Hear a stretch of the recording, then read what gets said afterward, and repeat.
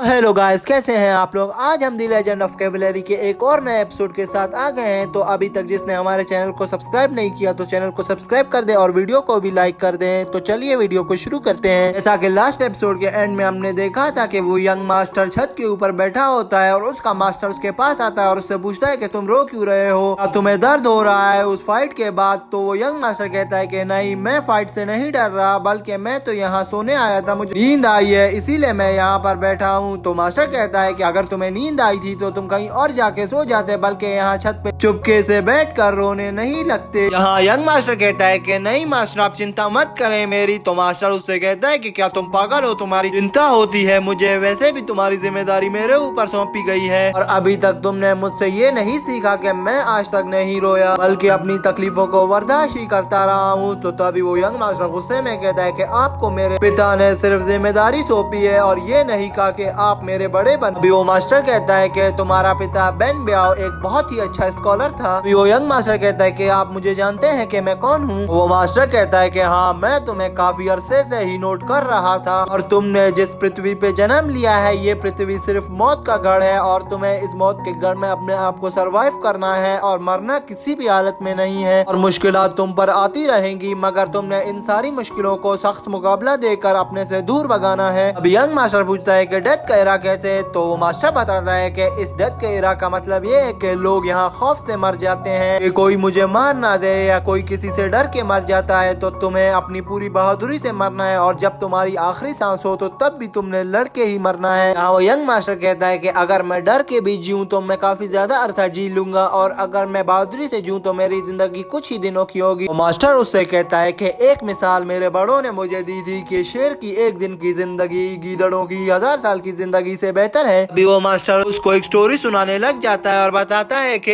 एक बहुत बड़ा आदमी था, मगर वो अपनी जिंदगी डर के गुजारता था, वो जल्दी मर गया। मगर एक आदमी था जिसके पास ना स्वॉर्डमैन स्किल्स थी ना कुछ, यहाँ तक कि उसको मार्शल आर्ट की एक टेक्निक भी नहीं आती थी, खाली वो ऑब्जर्व और अपने आप का बचाव जानता था। तो अब भी वो बहादुरों की तरह जिया और आज तक वो हीरो ही कहलाया है। अभी वो यंग मास्टर कहता है कि आप मुझे जाइनी और जाइकी की स्टोरी के बारे में तो नहीं बता रहे। तभी वो मास्टर कहता है कि हाँ, मैं तुम्हें उन्हीं की स्टोरी के बारे में बता रहा हूँ। और तभी वो मास्टर कहता है कि किंग वोयान भी एक बहुत एक्स्ट्रा ऑर्डिनरी हीरो था, उसको भी लोग उसके नाम से ही जानते हैं, वो बहुत बहादुर और पावरफुल था। अगर उस टाइम उसके सेक्ट के लोगों ने उसका यूज नहीं किया और वो ऐसे ही मारा गया, उसकी बॉडी और उसकी पावर सारी जाया कर दी, उसके सेक्ट के लोगों ने ना उसका यूज किया। तो अभी यंग मास्टर कहता है कि क्या मैं इतना पावरफुल बन सकता हूँ मास्टर। तो मास्टर से बताता है कि क्यों नहीं, तुम उनसे भी ज्यादा पावरफुल बन सकते हो, अगर उसके लिए तुम्हें ना रोना है ना कुछ, बल्कि एक पावरफुल आदमी बनकर दूसरों की मदद भी करनी है और अपना भी डिफेंस करना है, यहाँ तक कि तुम्हारे साथ कोई बुरा भी करे मगर उसको अपनी पावर से नहीं मारना, और अगर कोई तुम्हें मारने ही वाला हो तो तब तुम अपनी पावर यूज करके अपने को बचाना। कहते ही हम देखते हैं कि हम प्रेजेंट के सीन में आ चुके होते हैं, जहाँ बेन चाओ और उस लीडर का बेटा वहाँ बैठा होता है, जहाँ बेन चाओ उसको ये सारी स्टोरी सुनाता है और कहता है कि मेरे मास्टर ने कहा था कि इस तलवार का यूज सही तरीके से करना, ना कि किसी गरीब आदमी को मारना बल्कि उनकी मदद करना। तभी वो लीडर का बेटा कहता है कि तुम्हें ये स्वॉर्ड उठाकर ले जानी है और तुम यहाँ से चले जाओ इन फॉरेस्ट सिटी में, वहाँ पर तुम्हारा सामना कीहन नाम के बंदे से होगा। अभी ये सुनते ही बेन चाओ कहता है कि अगर आप बुरा ना माने तो मैं आपसे एक बात पूछना चाहता हूँ कि आपका नाम क्या है। यहाँ वो लड़का कहता है कि मेरा नाम साइलोन है, गॉड तुम्हारी मदद करे और तुम अपने मिशन में सफलता हासिल करो।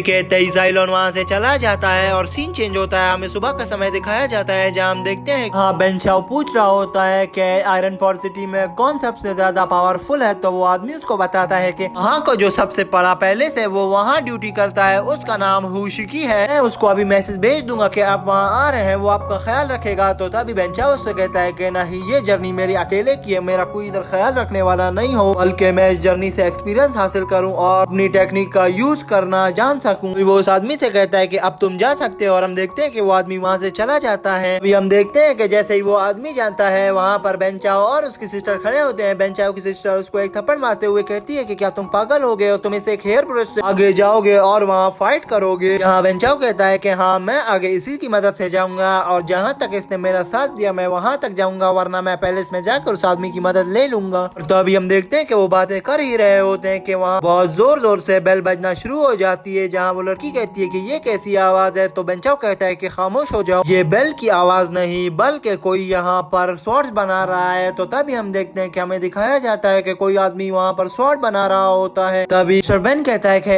इस वक्त तो मार्केट ओपन भी नहीं हुई, तो ये बंदा इस वक्त काम करने क्यों आया है, और काम करने नहीं बल्कि इसने तो काम शुरू ही कर लिया है, और मुझे लगता है कि हमें वो पर्सन मिल गया जिसकी हम तलाश कर रहे थे सिस्टर। तभी उसकी सिस्टर पूछती है कि ये कौन है, क्या तुम इसको जानते हो? तो वो कहता है कि हाँ शायद ये हुआन शिंग है। तो अभी हम देखते हैं कि बेन चाओ अंदर आता है कमरे में और उसकी बॉडी पर देखता है। इसकी बॉडी बहुत ज्यादा पावरफुल होती है और उस पर टैटू बने होते हैं, और ये अंदर कमरे में बैठकर स्वॉर्ड्स बना रहा होता है। और वो स्वॉर्ड्स बनाते बनाते देखता है कि कोई लड़का इसके पास मिलने आया है। तो मिस्टर बेन कहता है कि क्या तुम मिस्टर क्यू हो? भी वो आदमी कहता है कि तुम गलत आदमी के पास आ गए हो, मैं कोई मिस्टर नहीं, मेरा नाम ब्लैक स्मिथ है, यहाँ पर सब जानते हैं कि मैं कौन हूँ। अभी बेन चाओ कहता है कि मैं जानता हूँ कि तुम कौन हो, तुम हुआ शिकी हो, और जो ब्लैक स्मिथ है बेस्ट मार्शल यूजर, वो एक आयरन फॉरेज की सिटी में है और तुम उसके नाम पर फेक यहाँ बने फिर रहे हो। ये कहते ही हम देखते हैं कि मिस्टर बेन अपनी स्वॉर्ड निकाल लेता है और वो आदमी भी हैरान हो जाता है कि इसको ये कैसे पता चल गया आखिर। तो अभी मिस्टर बेन कहता है कि मुझे आपसे कोई मतलब नहीं, प्लीज मगर मेरा एक काम कर दीजिए, मेरी ये स्वॉर्ड है इसको रिपेयर कर दें। जैसे ही वो बेन चाओ की स्वॉर्ड को देखता है और वो बहुत हैरान होता है और बेन चाओ से कहता है कि यंग मैन ये स्वॉर्ड मुझे दे दो, मगर बेन चाओ बहुत जिद करता है, वो स्वॉर्ड उसको नहीं दे रहा होता। तो वो उसके हाथों से बहुत जबरदस्ती करने की कोशिश करता है और उसके गले पे तलवार रख देता है। तो अभी मिस्टर बेन की सिस्टर वहाँ बहुत परेशान हो जाती है और कहती है कि ब्रदर ख्याल से। तो तभी हम मिस्टर बेन को देखते हैं जो अपनी पावर को इस्तेमाल करते हुए ऊपर आता है और बंदे को जोरदार किक मारता है। वो बंदा वहाँ से दूर जाके गिर जाता है और ये एपिसोड यहीं पर एंड हो जाता है। तो दोस्तों अगर आपको वीडियो अच्छी लगी हो तो वीडियो को लाइक कर देना। इस वीडियो पे हमारा 200 लाइक्स का गोल है, तो प्लीज इसको भी पूरा कर देना और चैनल को भी सब्सक्राइब कर देना। बाय।